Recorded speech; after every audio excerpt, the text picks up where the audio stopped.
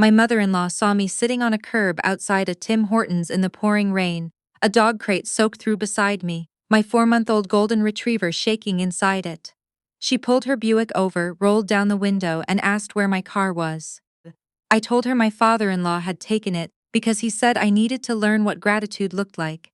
She went quiet for a second. Then she reached over, shoved the passenger door open, and said, "Get in. We're ending this tonight." What she did after that turned our whole family upside down. I'm 29. Up until that afternoon, I genuinely thought my marriage was something worth fighting for. I'd been telling myself that for almost 4 years, ever since I married Mitchell and moved into the house his parents helped buy in Oak Ridge, just outside Calgary. The Chinook winds were doing that thing they do in late September, where it's warm 1 hour and pouring freezing rain the next. And I'd been out walking my dog, Biscuit, when the sky just opened up. 20 minutes before that, I'd been in our kitchen finishing an invoice for a client. I do freelance bookkeeping for 2 small contracting firms. Work from home. Work's paid for more of our mortgage than anyone in that family wants to admit. My father-in-law, Donald, never thought freelance work counted as a real job. He ran a propane distribution company out of Lethbridge and measured every human being by whether they punched a clock the way he did at 22. Donald never called before showing up. That afternoon he let himself in with the spare key he still kept for emergencies, and within 10 seconds I heard him bellowing for Mitchell from the front hall, his boots still on, tracking mud across the runner my mother gave us as a housewarming gift. Biscuit started barking from her crate, and I came out of the office to find Donald standing in the foyer in his good golf jacket, and Mitchell coming down the stairs looking like a kid who'd been caught smoking behind the rink. I asked Donald, as politely as I could manage, if he could text before stopping by, just so we weren't caught off guard. That was it. That was the whole offense. His face went a deep, mottled red. He stepped toward me, too close, the way he always does when he wants you to feel his height, and asked who exactly I thought I was talking to in a house he'd put 50 grand into. He said he owned the down payment and that meant he owned the say. I reminded him calmly that Mitchell and I were the ones on the mortgage, the ones making the payments every single month. He laughed that ugly laugh of his and turned to Mitchell, telling him his wife had gotten mouthy. Then he held out his hand for my car keys. I actually laughed, thinking he was joking. He wasn't. He said I needed to relearn some respect and that taking my car for a while was the lesson. I looked at Mitchell, my husband of 4 years, waiting, actually waiting, like a fool, for him to step between us. He stared at the floor. He mumbled something about how it was his dad's money that got us into this house, and that I shouldn't have pushed him. Before I could say another word, Donald grabbed my purse off the counter, dug through it in front of me, and ripped my keys off the ring, like he was confiscating a teenager's phone. He told me I could have them back once I learned how to talk to him properly. Then he walked out, got into his truck, and drove off with my Honda's keys in his coat pocket. Mitchell wouldn't even look at me, he just went back upstairs. I stood there in the foyer for a long minute, Biscuit whining in her crate, and something in me just folded. I clipped the leash on her, grabbed my coat and my phone, and walked out the door because I needed air. I couldn't get inside that house anymore. I didn't plan to walk far. I didn't plan for the sky to crack open 20 minutes later, either, leaving me soaked through, hauling a wet dog crate down Sage Hill Boulevard with no umbrella and nowhere obvious to go. That's when my mother-in-law, Donald's own wife, found me. Her name is Carol. She's 61, and up until that moment I would have described her as someone who kept the peace by staying small.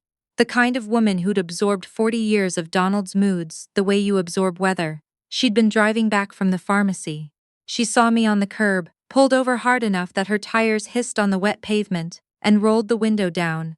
I told her everything in about 90 seconds, my voice cracking the whole time, the keys, the yelling, Mitchell staring at the floor instead of standing up for me. Carol didn't say, "Oh, honey," or any of the soft, useless things people say. Her face just went still, the kind of still that's scarier than yelling. She reached over and physically pushed the door open for me. "Get in," she said. "We're ending this tonight." She didn't drive me home to dry off and cry into a towel. She put the car in drive and headed straight for the Foothills Golf and Country Club, because she knew exactly where her husband would be on a Thursday afternoon, holding court on the patio with the same 3 men he golfed with every week, the men whose respect he cared about more than he cared about almost anything else. The drive there was silent except for the wipers and Biscuit shaking water everywhere in the back seat. Carol's knuckles were white on the wheel. She didn't ask if I was okay. She already knew the answer, and she knew that what I actually needed wasn't comfort. It was for someone to finally stop being afraid of Donald in front of me. We pulled up to the clubhouse and she told me to leave Biscuit in the car with her, where it was warm and dry, and to go in and finish this myself. She told me to stand up straight and remember who I was before I married into that family. I walked up the steps in soaked jeans, my hair plastered to my face, looking like the absolute opposite of everything that club represented. A guy at the host stand tried to stop me, said I needed a member to escort me onto the patio. I told him I was there to collect stolen property, and that he could either step aside or watch me call the police from his lobby. He stepped aside. Donald was at the corner table with his usual 3 friends, a scotch in front of him, laughing at something completely in his element. I walked straight up behind his chair and said, loud enough for the whole patio to hear, that I wanted my keys back right now. The table went silent. Donald turned around, and for half a second I watched something like fear cross his face before he caught himself and slid into that performative, condescending tone he uses on waitresses and his own wife. He told his friends women get emotional over nothing, and waved a hand at me like I was a fly. He said I was embarrassing the family name showing up like this, that taking the car was just a small lesson in gratitude for everything he'd given us. I didn't flinch. The old me would have apologized and gone to cry in the bathroom. I just asked again for the keys. That's when he made his mistake. He slammed his glass down and decided to humiliate me properly, raising his voice so the whole patio could hear. He announced that he'd bought that Honda for his son's family because I couldn't afford one on my own. He said I lived under a roof he paid for and drove a car he owned, and that I'd forgotten my place. His golf buddies looked down at their drinks, uncomfortable but not uncomfortable enough to say anything. I smiled, and I think that's what actually scared him. I told him he had one chance to tell the truth before I told it for him. He scoffed and crossed his arms. So I did. I told his 3 friends, investors 2 of them, men who clearly cared a great deal about who they did business with, that Donald hadn't bought that car at all. 2 years earlier, his propane company had been bleeding cash, and his personal credit was wrecked. So he'd begged Mitchell and me to co-sign on my auto loan just so there'd be a clean asset attached to his name when he applied for a business line of credit. I told them I'd made every single payment myself, on time, out of my own bookkeeping income for 2 straight years. Donald had never put a dollar toward that car. I watched the silver-haired man at the table go very, very still, the kind of still men go when they're recalculating how much they trust someone. Donald tried to interrupt. I didn't let him. I pulled out my phone, opened my banking app, and told him that if he'd checked his mail in the last week, he'd know I'd paid off the entire remaining loan balance 5 days earlier. The bank had released the lien. The title had transferred. He had zero legal claim to that vehicle anymore. Then I opened my dial pad, typed 91 and held the screen up so he could see it. I told him he had 60 seconds to put my keys on the table, or I'd call it in as a stolen vehicle and let the responding officers ask him, right there on the patio, why he'd taken a car that didn't belong to him from a mother with nowhere else to go. The silence on that patio was the loudest thing I've ever heard in my life. Nobody moved. At 50-some seconds, Donald reached into his jacket, pulled out my keys, and threw them across the table so hard they skidded into my hand. He leaned in close and told me, in a low voice meant only for me, that I was going to regret this. I picked up the keys, told him to enjoy his scotch, and walked away without looking back. Carol gave me one sharp nod when I got back in the car, and we drove off. But I knew Donald wasn't the type to absorb a public humiliation and let it go. Somewhere behind us, his phone was already out, and he was already calling his son. By the time Carol pulled into my driveway so I could grab a few things, Mitchell's truck was in the spot by the garage. Carol said she'd keep the engine running and stay right behind me. I carried Biscuit's wet crate up to the porch, my key already in my hand, and tried the front door. It wouldn't turn. I jiggled it. Thought the wood had swollen from the rain, tried again. Then I heard it, the high whine of a power drill on the other side of the door. My stomach dropped straight through the porch. I pounded on the door and called Mitchell's name. The drilling stopped. Footsteps. The door opened 2 inches before the chain caught, and there was my husband, sweating, a drill in one hand, fresh screws scattered on the entry table behind him. He was changing the locks on our own house. with our dogs standing soaked in a crate on the porch. I asked him what the hell he thought he was doing. He told me I was being hysterical, that his dad had called him from the club sounding like he was having a heart attack, and that I'd humiliated the family on purpose. He said I wasn't allowed back inside. I reminded him, my voice shaking now, that my name was on that mortgage too, that this was our house, not Donald's. He recited his father's words back at me almost verbatim, that it was Donald's down payment that secured the place, so Donald made the rules. He said I had until I drove back to that club, got on my knees and apologized to Donald's friends. Carol stepped up onto the porch behind me and told her own son, through that 2-inch gap, that he was a disgrace and a coward. He sneered at her to stay out of it. Then he shut the door and I heard the new deadbolt click into place. I stood there on my own porch in the rain with a soaking wet dog and nowhere to go, and something in me went very quiet and very cold. Carol put her hand on my arm and said I was coming home with her for as long as I needed. I nodded, already shifting from devastated to something colder, more practical.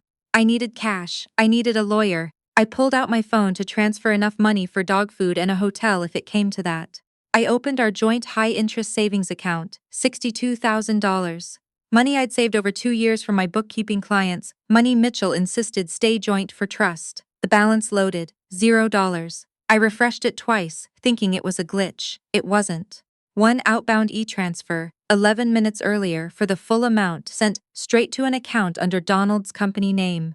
The front door cracked open again, chain still on, and there was Mitchell, looking at the glow of my phone screen with a smug little smirk like he'd finally won something. He told me his dad said I needed a real lesson about family loyalty.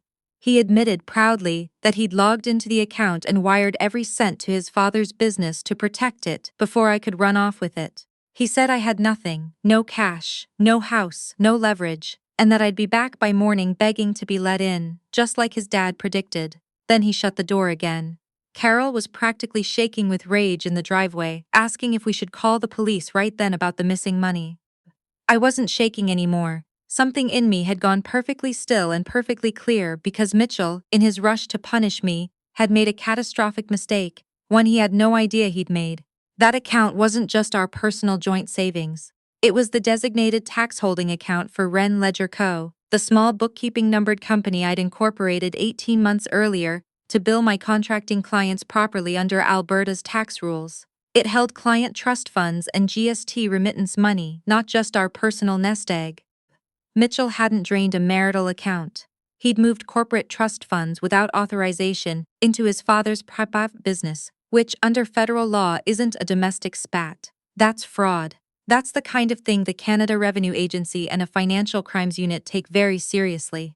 I told Carol we didn't need to call the police that second, because Mitchell had just handed me a weapon his father had no idea existed. I spent the next 4 days at Carol's place, sleeping on her pullout, drying biscuits crate by the radiator, and working the phones. I called my accountant first, who flagged the unauthorized transfer to our bank's fraud department within the hour, and started a formal trail. I called a family lawyer in downtown Calgary who specialized in exactly this kind of mess, a referral from a client of mine ironically, and laid out everything, the car, the locks, the wire transfer, all of it. She told me flatly that I had a far stronger position than I realized, because Mitchell's punishment had just generated a paper trail of financial misconduct with his name all over it.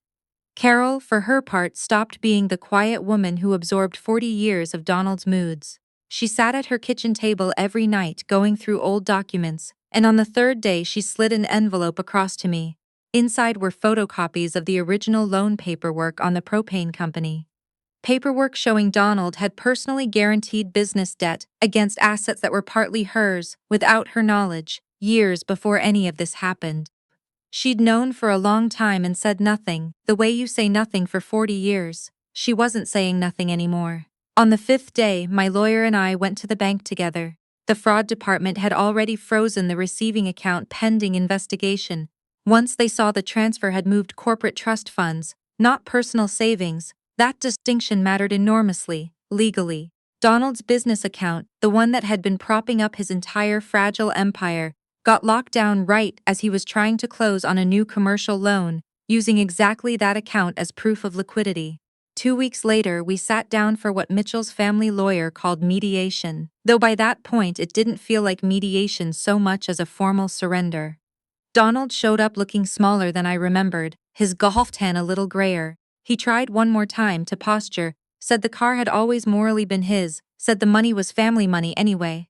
My lawyer simply slid the loan documents and the bank's fraud report across the table and asked him whether he'd like to explain that to the investigator who'd already called his office twice that week. He didn't. I didn't ask for revenge exactly, though I won't pretend it didn't feel like justice. I asked for full possession of the house, since my name and income had carried it from the start. I asked for the corporate funds to be returned in full, with interest, directly to Ren Ledger Co. And I asked for a clean, fast divorce.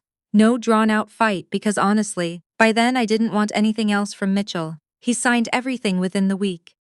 His father's business never fully recovered from losing that liquidity at the worst possible moment, and from what I hear through the Oak Ridge grapevine, 2 of his old golf buddies quietly pulled their investment interest not long after. It's been almost a year now. I'm sitting on Carol's back deck as I write this in my head. She still calls me most Sundays, and I still call her Carol, though lately it feels more like family than it ever did when I was married into one. Biscuit is asleep in a patch of late summer sun on the grass, fully grown now, completely unbothered by any of it. I kept the house. I grew Ren Ledger Co. from 2 clients to 11. I am, for the first time in years, the only architect of my own life, and nobody gets to walk into my home unannounced and decide what I deserve. I used to think keeping the peace meant making myself smaller. I know now that people who only respect leverage will never respect kindness, no matter how much of it you hand them. The day Donald took my keys, he thought he was teaching me a lesson about gratitude.